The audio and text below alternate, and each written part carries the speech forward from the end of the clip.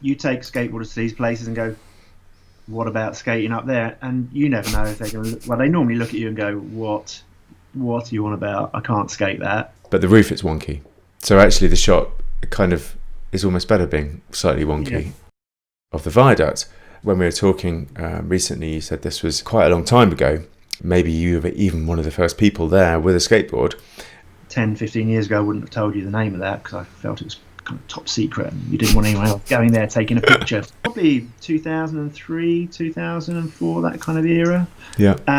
And he basically found this thing and said, wow, what if you could shoot a picture? And shortly after that was published on the British Journal of Photography, I had a phone call from some random kind of producer for a TV program saying, just wondered, where did you take this picture? And I said, oh, well, I'd rather not tell you. So Wayne was a really interesting character that we met, and he was a shaper. It's a set-up portrait, but I suppose it's supposed to feel a little bit like it was a bit of a court moment as well. The board that he's got his hand on, there was a story behind that. I think it was one of the first boards he made, and the WP, he always told people it stood for wave power, but he let us into a secret that it actually was the nickname his girlfriend gave him at the time of Waynie Poos, which isn't quite so cool.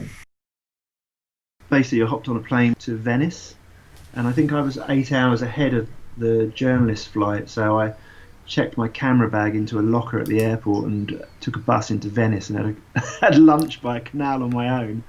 I guess what's interesting is I didn't really know who Valentino Rossi was before I did the job, and I know that sounds ridiculous, but actually that naivety is sometimes quite helpful when you're photographing famous people.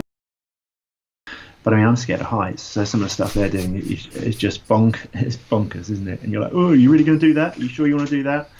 But yeah. Ta-da! Here he is, his spy. Yeah, well, you want to sort of show the person. I mean, in fact, he's wearing that kind of face mask, which when we did this was a really odd thing to do, but we did it to hide his face. But when you look at it now, I mean, we shot this last year, I think. When you look at it now, a face mask just seems so normal, doesn't it? You are correct, because actually when I looked at that, I didn't even flinch because of the current sort of state of the world, shall we say. But obviously, yes, as you now point that out, that would have been quite weird a year ago. I thought with photography, what's quite fantastic about it is that whatever you happen to be interested in your life, in theory, you could probably photograph that and make a living out of it and enjoy it.